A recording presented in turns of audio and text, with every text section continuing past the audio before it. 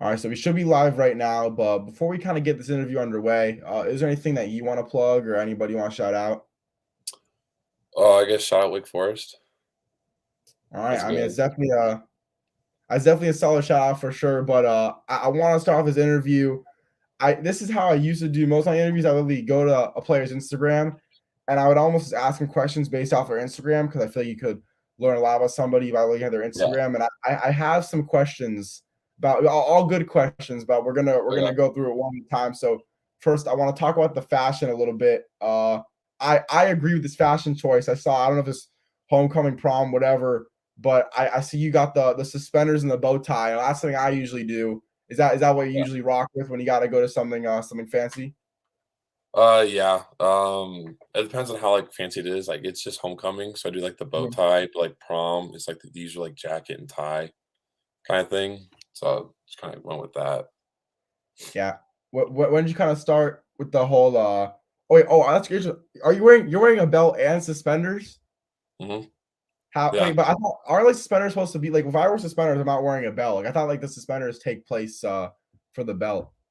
I don't know. I just thought they'd be funny because I was the only one wearing suspenders. So I was like, oh, this would probably be funny. Yeah. Oh, so you were more doing it as a joke, not as like the fashion side of it. Yeah. Oh, no, bro. I wear it like I remember I think in 5th grade for like my 5th grade graduation, that's when I just started wearing suspenders and a bow tie. Ever since then, like I think it's different. Like no one else does it. I think I Yeah. kind of pulled off, and that's what I always do. Um, but continuing on now, I gotta ask this is this caption now. I was always gonna this is gonna be one of my starting questions. I just planned the I like pickles. I don't know if you I do like pickles. We can talk about that a little later, but I don't know if you could share like what was the inspiration for this caption? So I don't really take Instagram like captions seriously. So I was like, I'm just gonna do. So there's like this like old like it's like this vine, and it was like I like pickles. I could shoot three, and this guy goes crazy. He made the three. I was like, I'm just gonna do that. I say as a joke, 'cause I don't take Instagram captions seriously because most of Yeah. them are like apps like for the locations. I always put like a planet because I Mhm. don't really care. Oh, okay. Yeah, I was thinking about that. Oh, I see you put oh that is really interesting. Yeah, I didn't realize that, but I like the cat because I was thinking like maybe this guy has a bunch of funny Instagram captions, and then you have the one where it's like I would say something catchy, but I already got your attention, and I'm like, oh, that's a clever caption though, right there. That's something clever. Yeah, I didn't come up with that one. I was like, Yeah, should I do yeah, like yeah. I was gonna do say a like funny I know it's caption not. first? I knew it wasn't original. Yeah, no, my friend came up with that one. I was like, "Should I do a funny one or like a serious one?" He goes, "Just do serious ones. I highlight tape." I was like, "All right." Yeah, I think that one's almost like the perfect mixture of seriousness and funny. But finally, this is something that's not an Instagram caption, but we gotta talk about the Hakuna Matata thing being in your bio. Are Uh, you a really big Disney guy? yeah. Lion King's one of my favorite movies. I kind of just go with it because it means no worries. Hmm. So I guess you gotta move on. Just don't worry about stuff. Just let it go. Yeah. So Lion King's like your top Disney movie or like one of your top five of favorite movies? Yeah. Yeah. Oh, Are yeah. are you more into like the Disney like the Pixar kind of stuff, or are you more on like everything Disney? Like what do you like about that? I guess everything Disney. I don't really Yeah. have like a favorite like side, but Lion King's definitely like up there for me. Yeah. Well, I mean for me, I mean Lion King is obviously like an instant classic, but the problem is that it's really sad. I mean Yeah. spoiler alerts, anyone that hasn't seen Lion King, but I don't know how, but everyone Simba's dad died when Mufasa died, I think was his name. Yeah. That's some sad stuff, man. I remember like I didn't cry. I don't think when I saw the movie, but like I would cry on the inside every time. I'm like 4 or 5 years old watching that movie, and I would be like Yeah. devastated. I mean, that's a sad movie if you think about it. Oh, yeah, it definitely makes you, like, I guess, like, shed a tear on the inside, I guess. Yeah, exactly, exactly. It would always hit even with Nemo too. But I guess could you maybe give me your top five favorite Disney movies? Mm.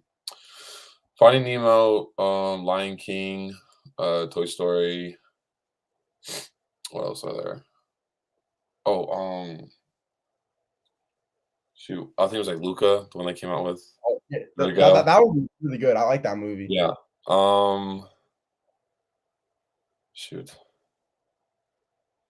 Oh shoot, what's the one where like he gets like sucked into like the underworld, like the Day of the Dead kind of underworld thing? Is that Coco. Yeah, that one. Yeah, yeah. Alright, Yeah, that those are pretty good. yeah, those are some what about Cars, though? You're not a big Cars guy? Oh shoot, I forgot about Cars. Yeah, Cars, Okay, yeah, replace Coco with Cars. alright, yeah, Yeah, yeah, yeah. because what I did, I kinda stopped doing this now. Wait, do you have a Disney Plus account or no? Yeah. Oh Yeah, yeah. what wait, you know the show Crash and Bernstein? I do not. Bro, that show, it was on Disney XD, I think, for a couple of years, like 2012, 2013. It's about like some purple puppet guy. It is so freaking funny. But that's like all I basically watch now on Disney Plus. But what I was doing is I wasn't watching that show. I was just watching like a bunch of old Pixar movies and kind of like I wouldn't type any like notes down, but I would like take it really seriously when I'm watching it, like Yeah, being like, oh what a great movie, like whatever. So I watched Finding Nemo. I watched all three Carses, all very good, I thought. yeah, And then I watched like Ray and the Last Dragon and Luca. Oh, and A Bug's Life. I watched that yeah, movie.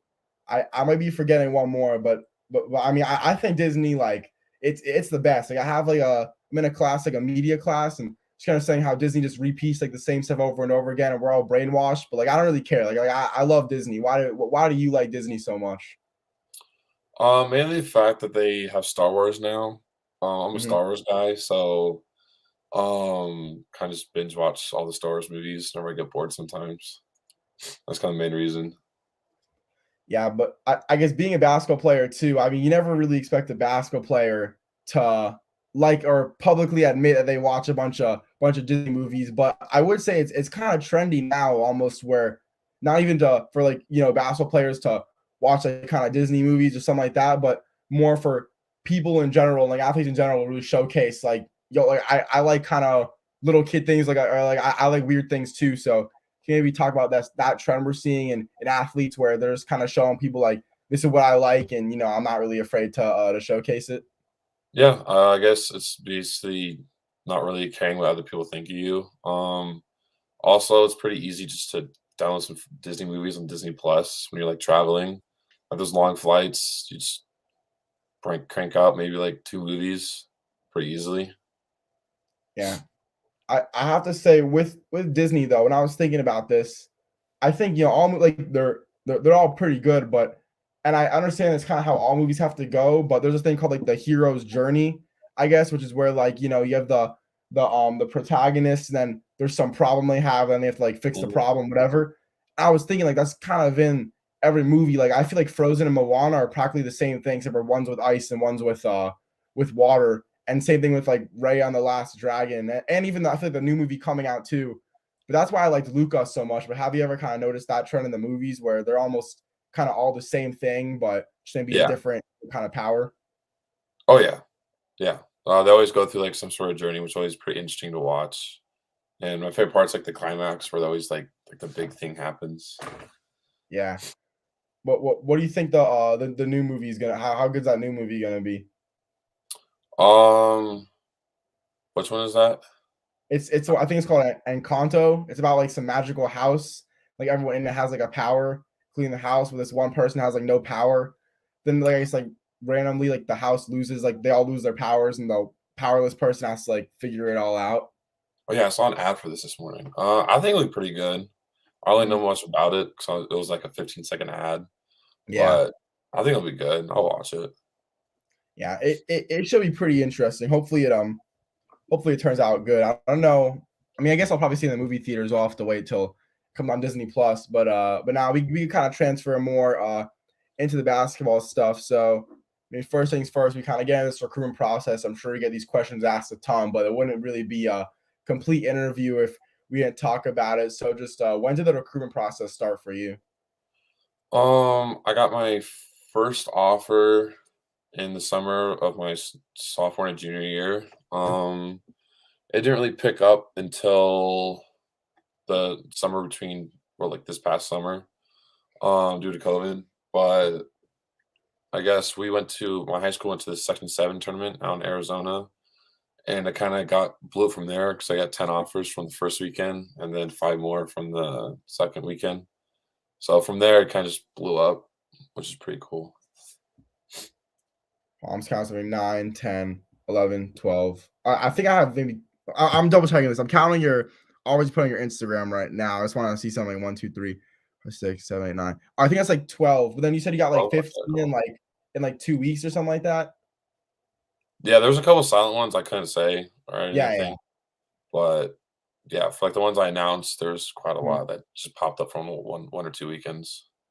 So with Corona kind of making the recruitment process, I guess very different in the beginning, but then all of a sudden you like come back and then it just kind of blows up all of a sudden. How was that for you? Was that something that was really enjoyable? Like, I'm just glad like, you know, I kind of get to leave that stress of like not getting any offers behind, or was it almost like very stressful where it's like you had this kind of easy, relaxed Hakuna Matata kind of life, you're just playing basketball and whatever, and all of a sudden you play in a tournament and now you're getting hit up by like 15 schools in a 2 week span.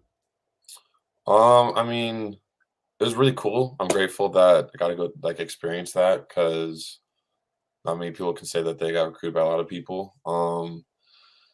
I guess in the beginning it's really enjoyable because they're texting me all the time. Then after a while, it kind of gets annoying because I'm doing homework and I'll eventually know I'm gonna get a call or two, or like a bunch of like just spam texts. But definitely a process I'm glad I went through. Now that I'm committed, kind of glad it's over. So I don't have to worry Mhm. about any of this. But no, it was really cool to go through. Yeah, I don't know like how good of a student you are. I'm assuming you're decent because you're going to Wake Forest, but how does that work for a recruit where you're doing homework? That obviously is a due date. You gotta get that done. And then a Yeah. college coach calls you. Do you just like put all to the side, like, all right, like I have to take this call, or is there other times where you're just like maybe you just don't answer, let it ring out, and just keep doing your homework and to say like, oh, I was Yeah. just like really busy. No, in the beginning I would like answer it and then like try to do homework while I was doing it. And I kind of realized that that doesn't really matter. So I just either let it ring out, or if I knew it was gonna be a quick call, I would just talk to them, say hey, and then ask like, "What you doing?" I was like, "I'm doing homework." Then they'll make it quick and then hang up the call. But yeah, most of the time I'll just let it ring out and then call when I'm done. Yeah. So then how did the as you could say kind of finish for you? Like what did you do to really come down find school you pick Wake Forest? Yeah, so my final four is TCU, Texas Tech, Utah, and Wake Forest. Kind of my big criteria I went for was education, coaching staff, players, campus in general, and the kind of culture they have. They all fit the kind of things I was looking for, but in the end, it came down to like much I was wanted at the campus. Wake Forest was the only school where the players actually reached out and texted me saying that they wanted me to come play over there, and ultimately that kind of wavered me over there. Yeah, and I feel like that always is something super cool that we kind of see. Like, I'll be on social media, and a player goes on, an official visit or unofficial visit. They make that standard Instagram post, and all of a sudden you see like players from the schools or committed guys, commenting like, "Yo, like come over here," everything like that. I always kind of found that super cool. Just what did that mean to you? Getting hit up by players at Wake Forest telling you that they want you over there. It meant a lot. It means that they actually want to play with me, not just they're being friendly because I want to visit kind of deal. So I kind of made a big difference, I'd say, in like my choice. Yeah. And I guess, and I'm curious because I know you said Utah was kind of one of those top schools. I mean, how hard of a decision was that for you? Because I know, I think, wait, did you play on a team that was associated with Utah at all? Or, oh, yeah, Yeah, you did. Okay. Utah prospects. I guess you're not from Utah, but like, you kind of had that connection to, you could say, that area of the United States. But then having to pick between, the school of Utah, they're going all the way to the East Coast to Wake Forest. I mean, how hard of a decision was that for you? Kind of hard. But my two sisters, they both went to college, complete opposite directions of each other, but they're just like super far away. So I was like, and they said you'll get used to it. Mhm. Yeah, I guess Utah was like my second home for about 3 summers in a row. But I guess there's some like small. itty bitty details that they did that kind of drew me away from them. But overall, I'm still happy with my decision going to Wake Forest. Yeah, and I'm curious. I just saw this one picture, and then we'll kind of get a little more again into Wake Forest. But the picture of you dunking, was that just like for a photo shoot, or were you able to get in a little workout or practice when you were at Wake Forest? That was just a little photo shoot thing. The after like the white like green screen kind of thing. Yeah, yeah. Like, let's do some dunking. I was like, okay. Okay, yeah, yeah. Because I really don't see like much of that, so I thought that was pretty cool. But now Yeah, I back thought it to was really cool. yeah, but now back to Wake Forest. So I think you are the one commit that Wake Forest has so far. So have you at all maybe adapted a sort of unofficial recruiting kind of role, trying to get other guys to join you at Wake Forest? Yeah, so there was I think it's Jamarcus Lawrence went to Nebraska. They had me text him a couple times. It came down to Wake Forest, Nebraska, but I think he chose Nebraska maybe because it's actually he never told me, but I just said congrats to him. But yeah, basically if they're going for somebody, they'll send me their contacts and they'll just text them, hey, Zach, we'd really like you here and all that kind of stuff. Yeah. So I got like the unofficial recruiter and just like, hey, come over here. Yeah. Now, I guess though, I mean, I guess you could say this is a bad thing, but like if you end up being that one new commit to Wake Forest, I feel like though it's almost like you have that like all the spotlights on you, and maybe not in terms of a bad way, like oh if you mess up everyone's gonna be hating on you, but like you're kind of gonna be the that one like younger sibling that's gonna kind of be catered to the most and everything like that. So if maybe you happen to be the only new guy coming to Wake Forest, how would you kind of use maybe that's your advantage where you got no other freshmen that you're kind of in competition with? I guess I just learn because like iron sharpens iron. They would make me a lot better. The older players that I'd have to go against. They did say if they don't really get much, they'll probably just use a couple transfers, get like another center or a guard, kind of like some Mhm. sorts. But yeah, just kind of let I guess the older siblings or like the older upperclassmen kind of beat up on me to get me in the shape of the ACC basketball. Yeah, and then I guess another good thing too for you, like if you end up not getting I guess the most amount of playing time in freshman year, like you're kind of gonna be more ready than any other freshman maybe in the country for your sophomore year and junior year and senior year as well. Yeah, no, they Yeah. definitely said I would get some playing time, but I definitely got to earn my more minutes. So Mhm. I'm pretty excited to go out and earn it. And I mean, earning minutes, like that's something I really did. Like, it's hard to get playing time in college basketball, especially for a freshman, because you got all these older guys that were just as good as you when they were freshmen, but they are already like 3-4 years ahead of you in that process. So how do you think you're gonna maybe handle having to really work for those minutes, even if you just maybe get a couple minutes here and there in each game? I guess just give it your all the minutes you get. It's basically all you can do. Can't like force the coach to give you more. Just go out, do what you can do, and do it to the best of your ability while the time you're in. And this is a question I kind of try to ask to some commits because we saw, I guess, in summer 2021 or yeah, I guess at that time period, once the college basketball season ended, the transfer portal was just unbelievable. Like we've never really seen before. And I guess you could kind of blame Corona that for a little bit, where a lot of players kind of have to make that quick decision because money's probably getting kind of tight with all these schools, and a lot of guys know they're not going to play much longer. They're not going to have much more AAU opportunities. So whatever they have now, like that's all they're getting. So we're seeing a lot of quick decisions, a lot of anxious choices on the players, and they kind of learned after a season, like you know what, I think I made the wrong decision, but it's not really their fault, not really the school's fault. It's kind of just the way it happened. So how much more do you really consider like I got to make sure I take this thing seriously because Wake Forest could potentially be my home for 4-5 years maybe. Yeah. So there were some schools I was talking to that they had an opening at the time, but then due to like the extra COVID year, that spot got filled up quick. So I was like, oh, some spots might be taken pretty fast if I don't like kind of get on it. So that kind of made me decide to go for the early signing period to get it over with. And also the fact if I get injured, like after I sign, they still honor it and they'll help me out. But yeah, definitely because spots get taken up. If they want to go for their extra year, you got to kind of speed up the process a little bit, I'd say. Yeah, and I guess my final question about maybe Wake Forest and maybe a more recruiting aspect. Are there any players that you're kind of looking at right now that you are trying to get to join you at Wake Forest maybe?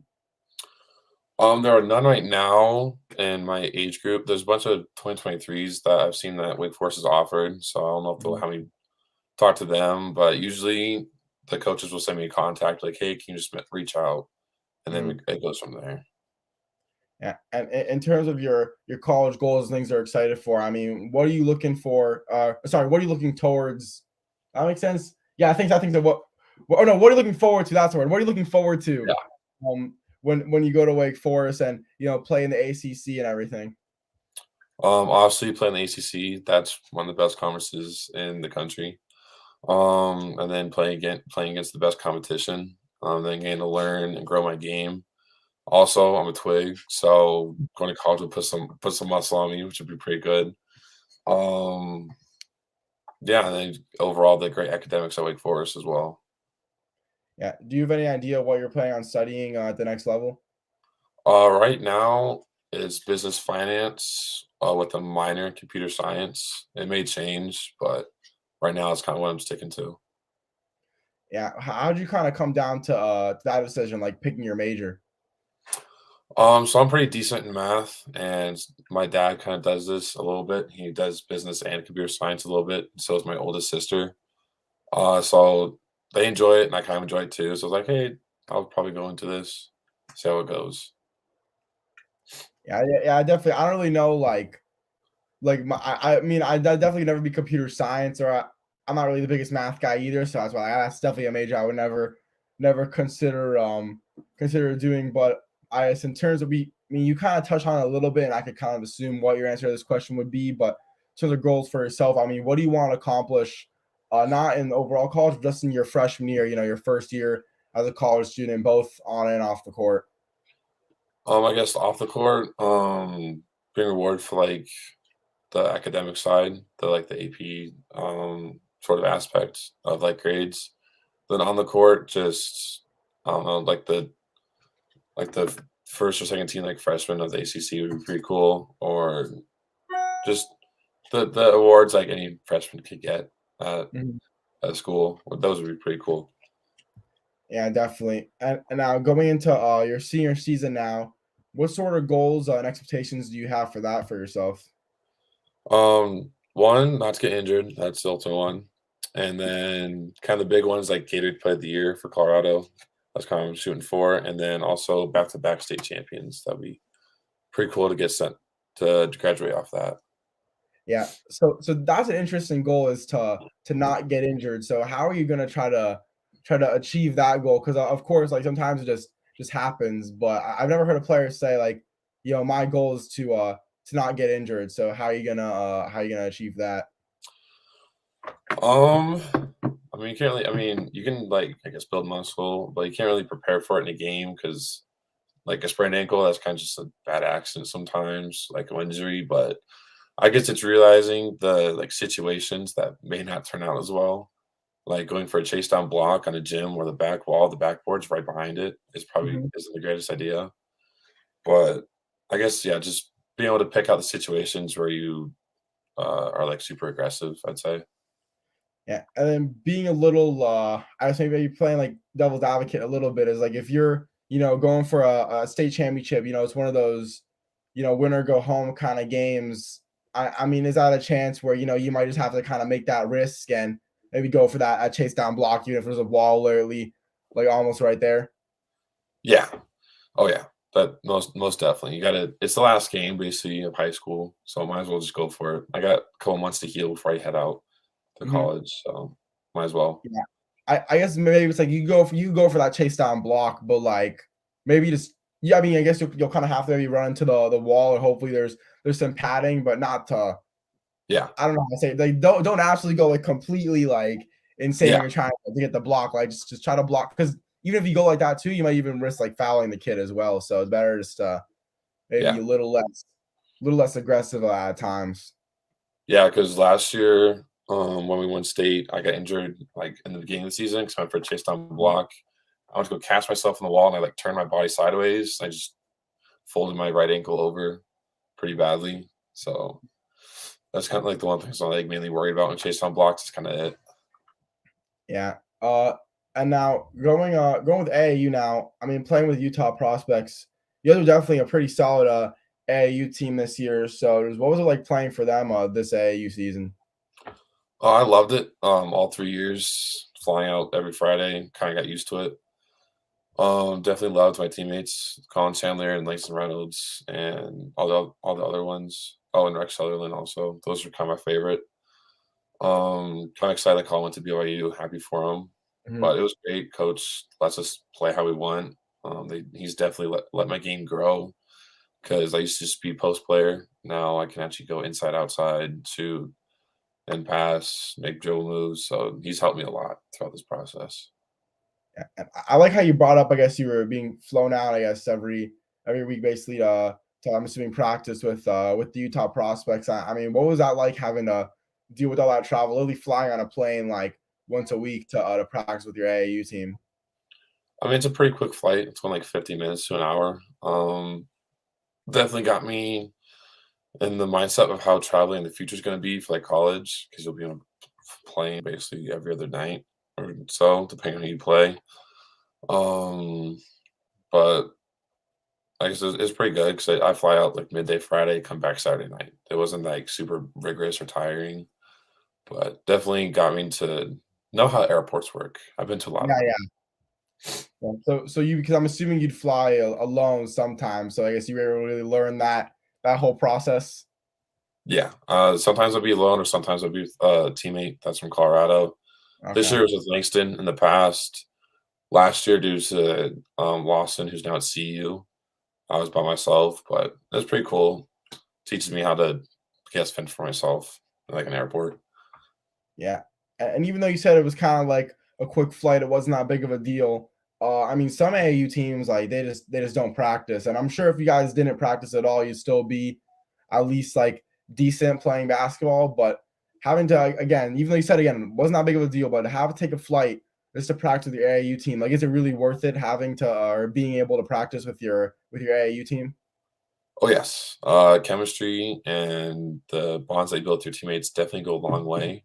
If you don't have those, it's going to be pretty hard to build that chemistry because there's sometimes like we do a play, everyone knows exactly what each other's doing, we can trust each other, and then just overall the chemistry is just built up pretty well. Yeah, and you kind of touch on a little bit, I guess, some of the teammates I kind of build a bond with, but maybe kind of go into that a little bit detail, just kind of what you've really been able to do to build those connections and build those friendships with your teammates on the Utah prospects. Because I know being a part of an AU basketball team, one of those most important best aspects is just being able to bond with your teammates. So just how much fun was that, and just how much good memories do you have from your AU experiences? I definitely have a lot of good memories. You have to for the kind of thing we do for a club, you have to room with at least everybody on the team once. There's been a couple times I was stuck. I was not stuck. I was with Langston. It had been a blast and like in a hotel room with Langston is actually pretty funny. But there's definitely a lot of good memories. We still are in contact with each other, even though we're a couple states apart. Um, we like when we committed, we all reached out to each other, like saying congrats and stuff. We still like check in on each other once in a while just to see how things are going. But it definitely goes a long way in the future because you'll definitely know them for a while. And going into college, because I'm assuming a good amount of those players are all playing high level college basketball. Are those probably the guys you say you want to face off so bad, or I guess face off the most when you're playing at Wake Forest? I mean, that'd be pretty cool to go against them. Because we have to play like what so far Northern Colorado and BYU are the two we have Mhm. to go that I'd like to go against. Because those are my teammates I've committed to. But yeah, I mean that'll always be fun just to or just like see him eventually throughout college. That'd be pretty great. Yeah, definitely. And I guess we kind of made it to the end of the interview.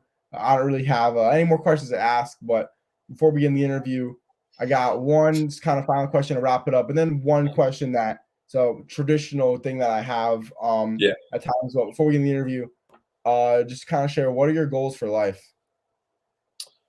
Definitely be successful. Also graduate college. Definitely trying to get that degree to get a great job if basketball doesn't work out.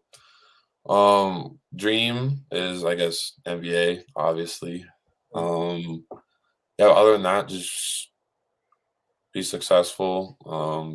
Also stay humble because no one likes those type of people, to be honest. But yeah, so far it's kind of what I thought about. Yeah, I gotta ask a follow-up question to that because I think out of every interview I've done, a player has never told me one of my goals. Actually, maybe one player has said like my parents want me to get a college degree, but when I ask like what are your goals or something like that, they never say I want to graduate college. So, we see a lot of guys like they don't finish out college obviously because they go to the league or they go overseas and they don't stay the whole time to get that college degree. So if you have to follow that similar pathway, how are you going to make sure that you get that college degree? Yeah, so obviously if like I were to leave to go like overseas or NBA or like some sort of way early, I definitely try and like come back in the summers or time off to finish off my degree, which some places I've done in the past. It's either that or just go all 4 years or however many years it takes me to graduate college overall, basically. Yeah, and I don't know like how hard. I'm assuming college is at least somewhat hard. Like I don't know how hard it really is, but I'm sure it's maybe a little rigorous. So how would you handle like balancing out then a pro basketball career and then having to do this college level work as well if that's kind of what you'll have to do to get a degree? Um, I mean, I don't really know. I'm not really an NBA player yet. Yeah. But I guess like after the season, like the off periods you get, just kind of wiggle in some school just to see how it would go. Mhm. Yeah, I guess neither of us really know Yeah. how it works till it happens. But a tradition I have, depending on certain players, if they have a number in their Instagram, guess their username, I always got to ask what the number means at the end of the interview before I plug their Instagram. So the number 32 sees your Instagram. What does that number? What does that number mean to you? So right now it's kind of like my favorite number. I've always worn 32. Used to be 12. Um, I think one year 12 wasn't available for one of my teams, so I picked 32. So I'm just with 32 now. But basically, my favorite number is any number that ends with a two. I don't know why. It just sounds, I guess, appealing to me. So being able to do that Wake Forest would be pretty cool. Yeah, it's just like one of my favorite numbers right now. Yeah. So I'm gonna assume in the Wake Forest pictures you have, because you're wearing number 33. I'm assuming it's because that's the one number after 32, I'm assuming. I mean, that is coincidental. They just gave me a jersey and I put it on. They're like, "Hey, we have some jerseys for you. They're all 33." I was like, "All right, cool, sounds good." Okay. I thought they gave you the option choice. So like, oh no, 32. I guess I gotta go with the one Yeah, above. But yeah, but anyways, man, really, really appreciate you coming on, taking your time, letting me interview you. It definitely means a lot. So before we end the interview, make sure you guys give us both a follow on Instagram. His is at z.keller32. I'm at hoopsfl. And anyways, for Wake Forest commit Zach Keller, I'm Isaac Fleischer, and this has been another iHoopsFL interview. Peace out, guys.